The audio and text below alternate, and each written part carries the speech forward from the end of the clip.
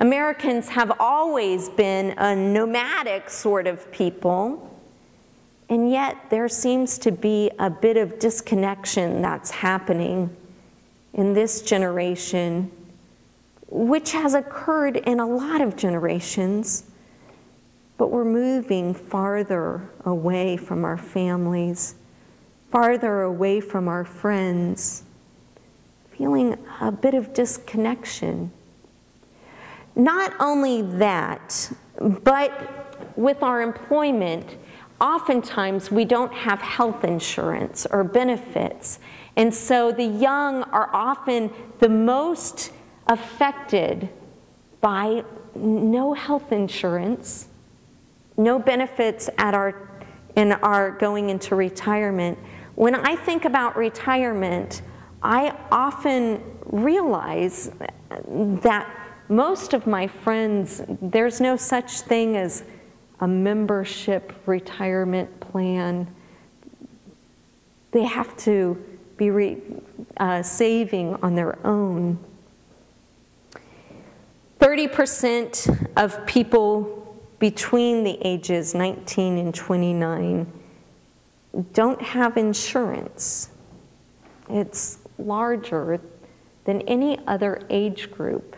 A lot of people will say, well, they don't need insurance. Why would they have insurance? They don't need it. But think about it. People used to have babies before they were 29. And now we can't even get doctor's appointments before we're 29. Employment. We're known as a generation of slackers, and yet this is one of the hardest working generations that we've seen. Since we've entered the workforce, people work longer hours than any other industrialized country, and productivity, it kept rising and rising. These things, this affects our employment. It also, when we look at our finances, we understand a lot. Student loan debt increased.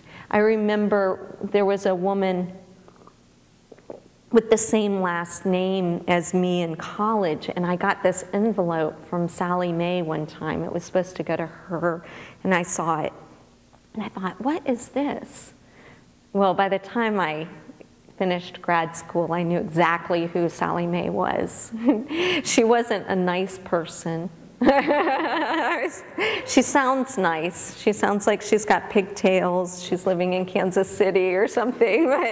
But Sally Mae was the loan company. And as Sally Mae became more and more popular with me and my generation, the cost of education, it just kept increasing over and over again. Housing prices, they increased. Now they're starting to drop. And then at the same time, these salaries, they kind of remained stagnant or even dropped a little bit. We have employment. We have finances. I know every generation has gone through different crises. Everyone has worked through these things in different ways. But I just want you to get a glimpse of what young adults in our country are going through now. After we've stacked up these Sally Mae loans, we're told that college is the only way to make it in our society. The only way. And so that's why we do it. We go into deep debt. And then we're not able to get jobs. Employment, finances. This doesn't just affect our pocketbooks. this has a rippling effect. And it begins to affect how we can commit to things, how we can commit to each other, how we can commit to a church, how we can commit to a community. I mean, for instance, over half of men right now who are young adults under the age of 30, let me give you the exact statistic. Among adults from age 18 to 24, 57% of men and 47% of women live with their parents. So if you know someone with their adult son or daughter living with them, that's the way it's happening now. It's over half of young adults. And it's not because that person is a loser or they can't make it in life or they can't get it together. It's because the landscape of many young adults is affected by employment, by commitments, by finances.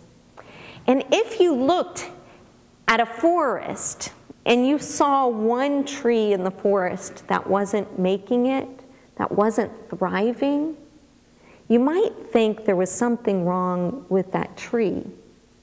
But if you see a forest and you see half of the trees not thriving, then you know there's something wrong with the forest. Something's wrong with the landscape.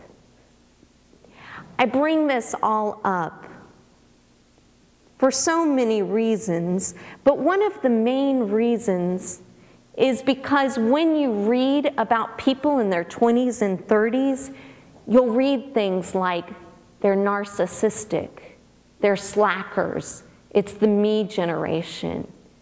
It's a generation that only cares about itself, that's completely inundated with Facebook, with Twitter. They only care about being on the computer. And I don't think we step back and we look at this landscape well enough. So what does this have to do with our churches? Think about the average young adult, as I've just described her, looking for my clock. It's usually a woman. In the United States, I just saw that in the world it's men. There's more women than men in the United States. So it's usually a woman. So she comes in the door of our church. Think about being part of the planning committee in a church, and you're thinking about how to get young adults in. And let me tell you how churches have often done it in the past. They thought, okay, how do we get young adults in? What we'll do is we'll get the young families in. And that will be how we'll do it. We'll target the young families. See, there used to be something called the life cycle of a church. And Robert Putnam writes about this in Bowling Alone. And he says that when a person is baptized in church, they go to church until confirmation. And then at confirmation, we say goodbye to them. And then we wait until they have kids. And then we bring them back. And so it's been our tradition in our congregations that we've thought about the young families. Because when they have kids of their own, they'll come back to have them baptized. And so that's how we've traditionally done things. So imagine the church who wants to start reaching out to young adults. And so they think, what can we do for the families? And so they do all sorts of things. They buy some playground material, and they have toys and everything out on the lawn, and they have a big Sunday school rally day, and they decide that they're going to have clowns and balloons and everything, and this is how they're going to bring the young people in. Now imagine this young woman. She walks in, and we know a little bit about her. We know that she's probably going to be in her job for about 2.5 years. It's probably taken her about a year to find her church, so she's already looking for her next job or worried that she's going to be laid off soon. We know that she is probably not married, and she probably won't be married until later, much later. Until she's about 25 or 26. And if she's college educated, you can add 4 years onto that. She walks in, single, probably in debt. She looks great, but she has all these concerns. She walks into church, and she sees balloons and family ministries, and everything's geared toward the family. So what are we saying to her as she walks in? Well, we're saying the same thing she's probably hearing at her family reunion. Where's your husband? Where are your kids? How come you haven't gotten on with life yet? What's going on? We're not saying it out loud, but we're saying it with what we're doing, how we're responding. These are some of the barriers that we set up when young adults come into our churches. We don't even know it. We don't mean to do it, but we do. Now, if you have the playground equipment, if you have the balloons, if you have the, great, keep it. I'm not asking you to get rid of it. That's all really good. I have a 10-year-old. Please keep all of that. But if you're thinking about ministering to young adults, we have to get them sooner, because the commitments aren't happening as early as they used to 20 years ago. It's changed. The commitments that people can make to their spouses, to their loved ones, to their communities, they happen later now. If you're a guy and you're living in the basement of your parents' house, you can't be whipping out the engagement ring. It's not gonna happen. We're caught in this trap, you see.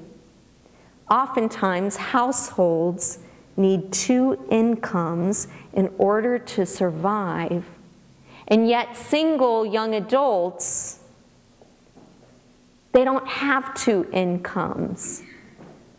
And so they're often told that they're not able to get married until they are able to be financially stable.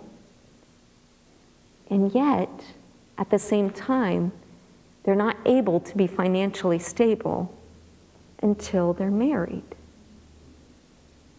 They're caught in this trap. So as we think about reaching out to young adults, these are all important factors we should remember.